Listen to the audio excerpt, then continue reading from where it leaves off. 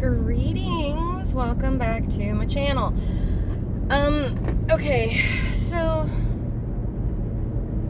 I was looking at my channel recently and I realized that I have not shot a video in a month, actually 2 months. The last thing I shot was when I sang Shallow, and looking at my camera I realized we're gonna really need to clean this lens, so stand by. Okay, that's better. So I realized I haven't done a video in a hot minute, and so we're back again shooting them in my car. This is a commute video, but I do want to just whine for a little bit about the fact that I am so sick. I have been battling... Okay, so my illnesses are of these. I have diabetes, which most of you know because I do talk about that ad nauseum on this channel.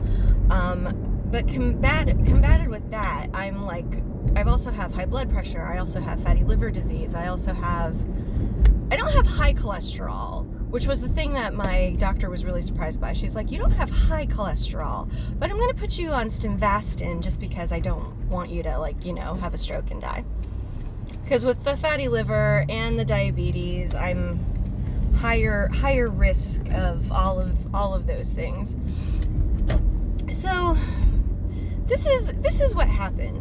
So I don't eat a lot of raw.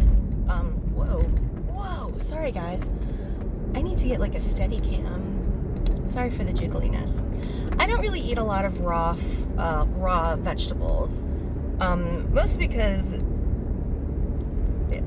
if I'm the only one in my house that would eat them, because my son only eats 2 vegetables. He'll eat cooked green beans and cooked asparagus. But you know what? I'm not complaining about that. If I can get vegetables down him, excellent. My husband will eat salad, but he's not really much of a cooked vegetable, or he's not much of a vegetable person. So when I buy vegetables, it's usually like carrots and celery, and I'll periodically buy lettuce because I will periodically want a salad. I crave them. So over the last year, maybe not even year, I think this has really only been happening the last 6 months. I've noticed that every time I eat salad or lettuce or anything raw leafy greens, so raw spinach, lettuce, anything of the like in that regard, I do not digest it. I just get really bad gas. I feel so sick, and then, not to be totally gross on my commute to work, but I just when it comes out, it's like I eat it, it passes through, and then there's it's just there. It's like I should have just cut the middleman and just dumped the whole salad in the toilet, because that's what it looks like. So I'm not digesting leafy greens. So I did my research, and a lot of the things that I'm finding, they said if you're having difficulty digesting raw foods, it's probably better to cook them down a little bit. And they're saying just a little bit, which I agree with, because they're easier to digest if they're cooked down a little bit. So that prompted me to look up all of the foods I should be avoiding while I'm on I'm on 3 different medications. I'm on the metformin to control the blood sugar and my diabetes. I'm on lisinopril to control the high blood pressure, and I'm on Stimvastin to control the cholesterols. So now bear in mind that I have had a really unhealthy relationship with food since the beginning of my life. Food is my drug. I can admit that. I have a really hard time with all of these restrictions that are placed on me because of the medications that I'm on. So, every time I'm told I can't have one, I'm just well, my medication can't tell me what to do. Oh, but let me tell you, it can. So, this is what I've learned. With the Stimvastin, I should avoid, high fat, high cholesterol foods, which in general, I think is just a good rule. And also because of my fatty liver, I can't really deal with high fat foods. Like I can't really deal with beef. I can't really deal with like cheeses and like heavy creams, like stuff like that. I don't really handle those well. They just really upset my liver. And I feel it on my side. I'm like, I shouldn't have eaten that. My liver's really mad at me. So then with my lisinopril, I read that I should be avoiding high potassium foods because that really kind of counteracts how my blood pressure medication is going to work. So I should be avoiding bananas and potatoes, which is so sad for me because that's like my wheelhouse. I love bananas. I love potatoes. So good. And then with the metformin, I thought it was kind of funny because the one thing that they were like really adamant about that I need to avoid is sugary drinks. They're like, you really need to avoid. But it didn't say anything else about any sugar. Although it did say this, that when you're on metformin, you need to avoid sugary drinks and all processed foods. I was like, interesting. So, and it said that one of the best things to do, even though it's very difficult, is to go on a low carb, low fat, low sugar diet. I'm like, okay, this is going to be interesting.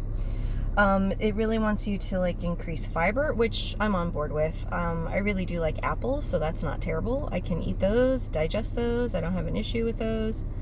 So I don't know what to do, really. I'm just kind of sitting here, like, mulling everything over. Oh, and on top of that, I have, like, really bad allergies this week. I, like, woke up with a sore throat. My eyes were swollen. It was really bad. It's been a weekend. It's been a great weekend, but it's been a weekend, and I'm exhausted. But I guess more to the point is it's so difficult to know that you're sick with this disease, and you know that there's a way to fix it. But in my mind is like, you can do this. You can totally like fix anything that's a problem. And I'm like, I totally get that. But at the same time, it's, you know, I'll have a bad day. Or, oh, the other thing that I thought was really interesting is that it said when you're on metformin that you really need to learn how to manage your stress levels, which makes sense, because one of the things that I always turn to when I'm stressed is food. More to the point, I turn to sugar. It's bad.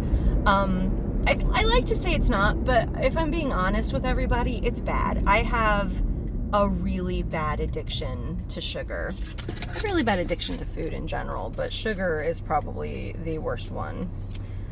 And just all the things that go along with that. So when you have sugar, sometimes you crave the salt, and then with the salt you crave the fat. So that's where I am. It's like coming to terms with the fact that I have one of the worst eating disorders. But because I feel like in this country, like, food addiction is almost treated like a vanity issue. It's not like a real issue, because people are like, well, you know, if you're addicted to food, that's no big deal, because you should be able to have enough self-control that you don't eat, or eat healthy choices, or make better choices. And in like some, you know, mindset, yeah, that makes sense. But it's like trying to like tell a person who is addicted to drugs. But the thing is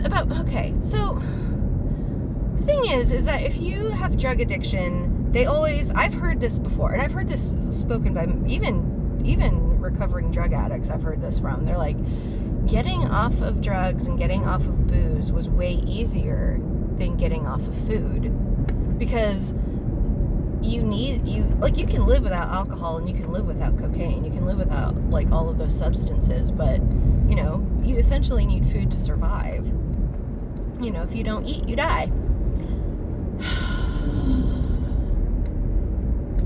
So where I am.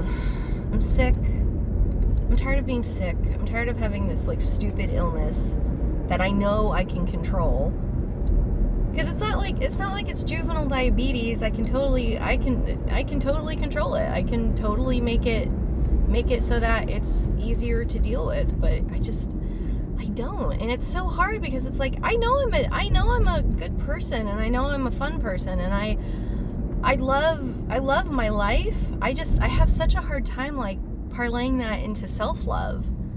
It's like why don't I love myself enough to love myself enough, you know?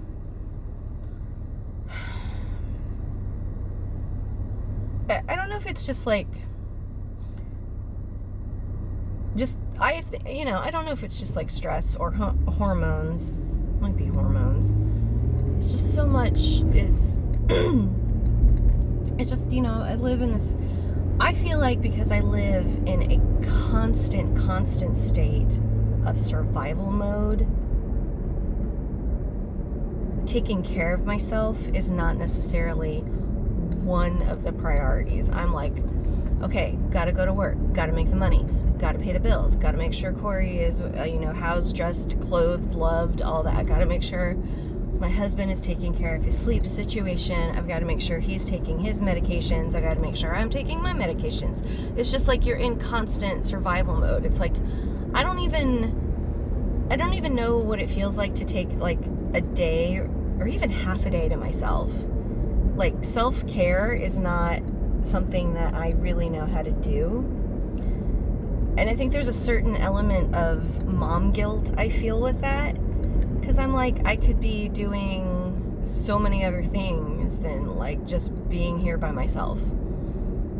I like it. Like there are certain days in the mornings where I'm allowed to have, me time because I'll have like a couple of hours in the morning before I have to start getting ready for work and when I'm working the late shift that day.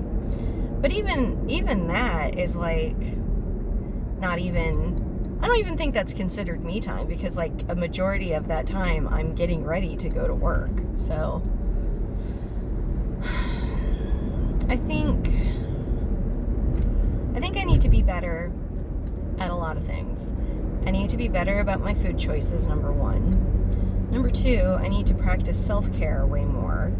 And number three, actually three might have to move to one. I need to practice self-love in a way that nobody has shown me before. And I'm not saying that, I'm not loved. I'm very much loved. I can definitely see it and feel it. I think because I come from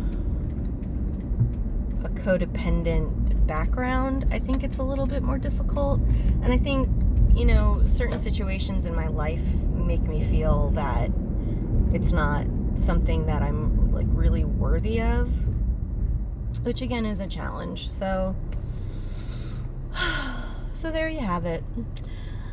Thanks for joining me today. Thanks for joining me on commute. I'm going to wrap it up here because I'm like 2 minutes away from my destination. But thanks for joining me. If you like this video, thumbs up, like, and subscribe. I'm always looking for new people. I like you guys. You keep me sane. So thanks. Okay, bye.